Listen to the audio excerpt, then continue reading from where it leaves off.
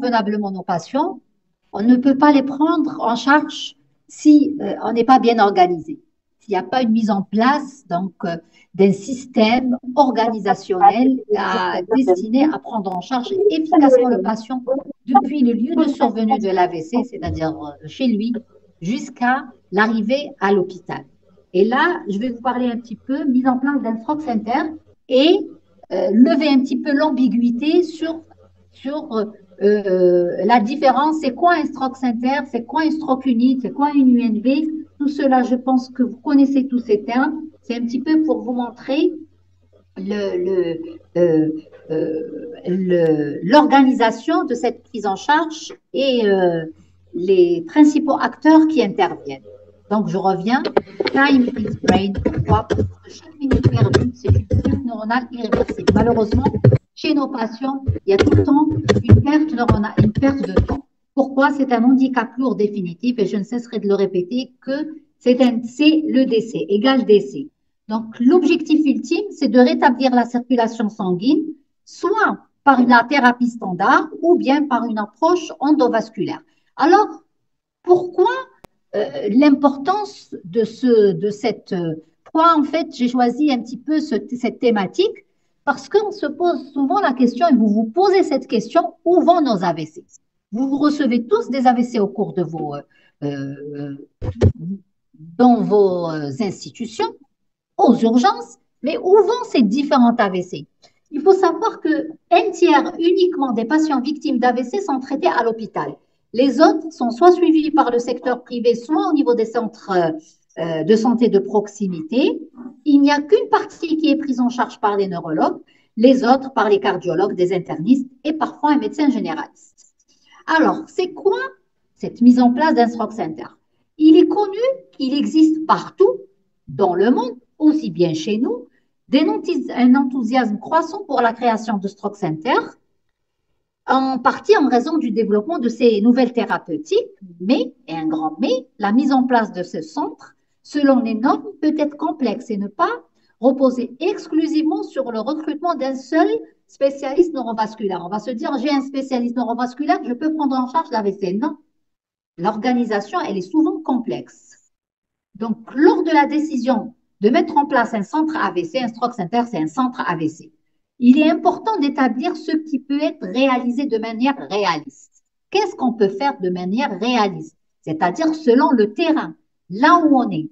Des dispositions doivent être prises en compte.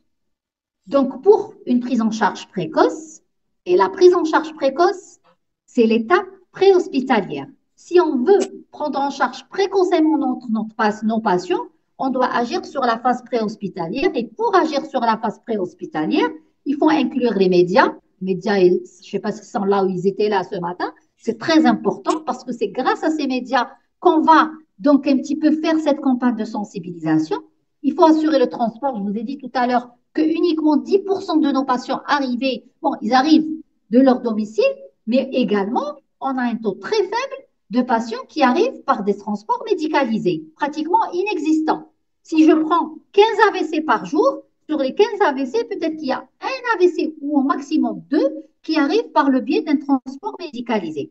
Et bien sûr, j'ai mis ici phone, donc c'est de mettre en place un numéro vert, comme c'est le cas au niveau, sur le plan international, pour un petit peu améliorer cette prise en charge. Après, quand on pense à la prise en charge précoce, il faut savoir aussi, si on prend en charge convenablement notre patient, on va prévenir les complications. Il ne faut pas oublier la prévention secondaire et la réadaptation fonctionnelle précoce. Voilà, tout cela, ça se passe au niveau intra-hospitalier. Alors, quels sont les éléments d'organisation? Donc, pour assurer cette organisation que l'organisation soit efficace, on va se poser plusieurs questions. C'est-à-dire, à notre niveau, est-ce que nous sommes en mesure de prodiguer des soins aigus? Est-ce que ces soins seront disponibles 24 heures sur 24 et 7 jours sur 7? On reçoit très souvent des patients qui nous arrivent au niveau d'autres établissements publics hospitaliers, d'autres wilayas et même des wilayas éloignés où on nous dit nous n'avons pas de scanners disponibles 24 heures sur 24. Le scanner s'arrête à 16 heures. Ou alors que nous n'avons pas de neurologue de garde. Bon, parce qu'il n'y a pas de neurologue. Ou alors, carrément, nous n'avons pas de spécialiste de garde. Donc, après, c'est pour cela qu'on se pose la question, est-ce que ces soins, ils seront disponibles 24 heures sur 24, 7 jours sur 7? Et est-ce que ces thérapies vont inclure des thérapies interventionnelles? Alors, les centres qui ne proposent pas de prise en charge aiguë à temps plein, ces centres doivent établir un accord, c'est très important, un accord, c'est pas envoyé comme ça, un accord de transfert avec un centre référent. Les centres qui décident de fournir un traitement interventionnel 24 heures sur 24, 7 jours sur 7, qu'est-ce qu'ils nécessitent? Ils nécessitent une communication étroite avec les équipes des services médicaux d'urgence. Les services médicaux d'urgence sont très importants. Et aussi un personnel qui doit être formé pour trier et diagnostiquer les AVC. C'est-à-dire que le centre de tri est très important, de manière précise et rapide. Ce n'est pas tous les AVC qui vont présenter une hémiplégie. C'est très facile de diagnostiquer une hémiplégie. Mais on peut avoir un patient qui peut avoir un trouble de l'équilibre avec un vertige, un trouble de l'élocution, c'est-à-dire une dysarthrie, des troubles visuels de façon aiguë. Tout cela nécessite une parfaite connaissance des signes neurologiques pour pouvoir poser le diagnostic précocement. Alors, c'est quoi le concept stroke unit? Stroke unit ou bien unité neurovasculaire UNV. Quand on sait que sur l'ensemble des AVC que l'on reçoit, un tiers décèdent, un tiers vont garder un handicap, et un tiers, et uniquement un tiers qui vont récupérer complètement. Alors, la stroke unit, c'est une unité qui va donner de meilleures chances de récupération.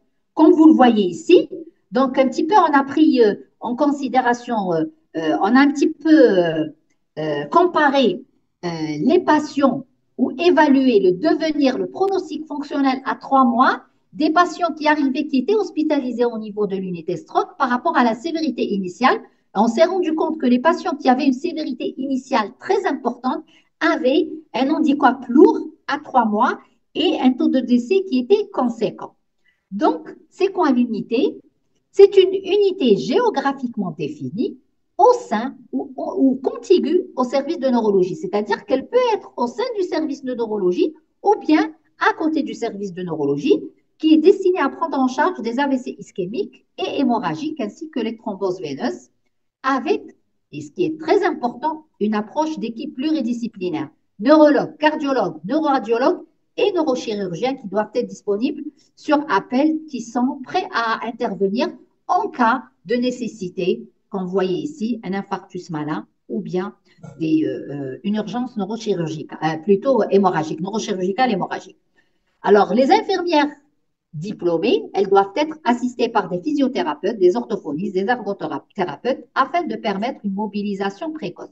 Alors, sont obligatoires pour le fonctionnement. On est dans le concept Stroke Center tel qu'il est préconisé selon les normes internationales. On doit avoir un résident en neurologie de la Stroke Unit, un résident au niveau des urgences neurologiques, une infirmière des urgences neurologiques, un technicien de laboratoire, un résident spécialisé en neuroradiologie, un technicien en radiologie et un neurologue senior. Donc, les infrastructures, les équipements qui sont nécessaires, donc on doit avoir des lits équipés d'un monitoring continu et au niveau de l'unité, il est préférable d'avoir son propre échocardiographe, un Doppler sonographique, et bien, si on a un Holter OCG, c'est un luxe. Et doivent être disponibles, surtout un CT scan, une IRM selon disponibilité, et actuellement, on a inclus les séquences, c'est-à-dire que si on veut prendre en charge convenablement notre patient, on doit faire une imagerie cérébrale, mais aussi voir les vaisseaux du cou. Parce que si on a ces deux informations très tôt, on peut orienter notre prise en charge. Alors là, on a vu tout ce qu'il nous faut, et après, on continue à se poser des questions. Pourrons-nous offrir des meilleurs soins à nos patients juste en créant une UNV? La création d'une filière est importante parce que juste une UNV ne suffit pas. Il faut une filière de soins. Et la filière de soins va commencer par la sensibilisation du public, non seulement par la reconnaissance des symptômes de l'AVC, mais aussi en formant et en informant sur les facteurs de risque cardiovasculaire. Ils doivent connaître cette population, elle doit être alarmés. Pas, je dis bien alarmés, parce que s'ils ne sont pas alarmés, ils ne vont pas être, euh, donc, ils ne vont pas être répondeurs. Donc là, nous avons des facteurs. Donc, il y a une équipe pluridisciplinaire, mais il y a une équipe, un couple très sensible qui agit sur le terrain. L'heure à la radiologie est très importante, mais il y a l'équipe neurocardio. Pourquoi l'équipe neurocardio? Parce que les maladies cardio-neurovasculaires représentent un enjeu de santé publique globale. Sur les 5 dernières années, on estime qu'un tiers des décès est attribuable à ces pathologies et aussi l'augmentation de la prévalence des facteurs de risque. Et les infarctus cérébraux d'origine cardio-embolique représentent environ un tiers des AVC. Pratiquement 25% sont en rapport avec une fibrillation auriculaire. Et c'est pour cela qu'il y a une collaboration étroite qui doit exister entre cardiologues et neurologues, qui doit être nécessaire à travers des réunions de concertation pluridisciplinaire. Donc, urgence médicale, gestion du système d'urgence afin d'avoir un impact sur les délais, le door to needle, c'est-à-dire le moment où le patient arrive au niveau de l'hôpital jusqu'au début des thérapeutiques. Alerte AVC aux urgences, donc les urgences médicales sont très importantes et cela nécessite des normes organisationnelles et des qualifications du personnel. Donc, dès que le patient arrive, on doit déclencher le chronomètre parce que ça n'attend pas. Donc, pour avoir une bonne organisation, il faut avoir la disponibilité d'un centre de tri des appels d'urgence afin d'informer à l'avance, c'est-à-dire que si on a un personnel de tri qui est bien formé, on peut informer, donc on peut lancer l'alerte au personnel de l'UNV et convenir des procédures de transfert à cette unité. Donc, les urgences neurologiques, donc immédiatement transférées vers le scan et au scanner, le neuroradiologue, il va examiner, donc il va interpréter ou à défaut donc, prodiguer une tomodensitométrie sans agent de contraste au départ, couplée à un enjeu scanner pour confirmer l'occlusion des vaisseaux proximaux. Et puis, le neurologue senior, il va prendre la décision du traitement qu'il doit prodiguer après vérification des paramètres de laboratoire. Si on a un AVC avec occlusion d'un gros vaisseau, donc là, on va alerter en principe l'équipe d'anesthésie réa afin qu'il puisse accompagner le neuroradiologue pour le geste endovasculaire. Voilà. Donc, c'est le geste endovasculaire qui va consister à retirer ce caillot qui n'a pas répondu à la thrombolyse, qui permettra une amélioration de nos patients. Faut jamais oublier l'AVC, c'est une filière. Ça commence à la maison et ça se termine par la réhabilitation et la prévention secondaire qui doit débuter dès l'hospitalisation du patient. Donc, c'est quoi un stroke center? C'est un patient qui arrive de chez lui. Au niveau des urgences, il va vers l'unité d'imagerie. Si l'hospitalisation stroke unit, et bien sûr avoir les autres structures à côté en cas de nécessité, neuroradiologie interventionnelle, neurochirurgie, cardiologie, et pour les patients qui présentent une aggravation ou des troubles de la conscience, de les transférer vers les services de réanimation. Donc, la mise en place d'un programme de prise en charge des AVC nécessite une organisation, comme vous l'avez vu, et pour réussir, un stroke center a besoin d'un leadership. Une équipe clinique, une équipe de direction centrale, c'est très important. La désignation d'un directeur médical, d'un coordinateur infirmier ou d'un administrateur du programme de prise en charge qui établit les lignes de responsabilité pour le développement du programme et la qualité clinique. On est dans à l'INSP, nous avons des épidémiologues avec nous.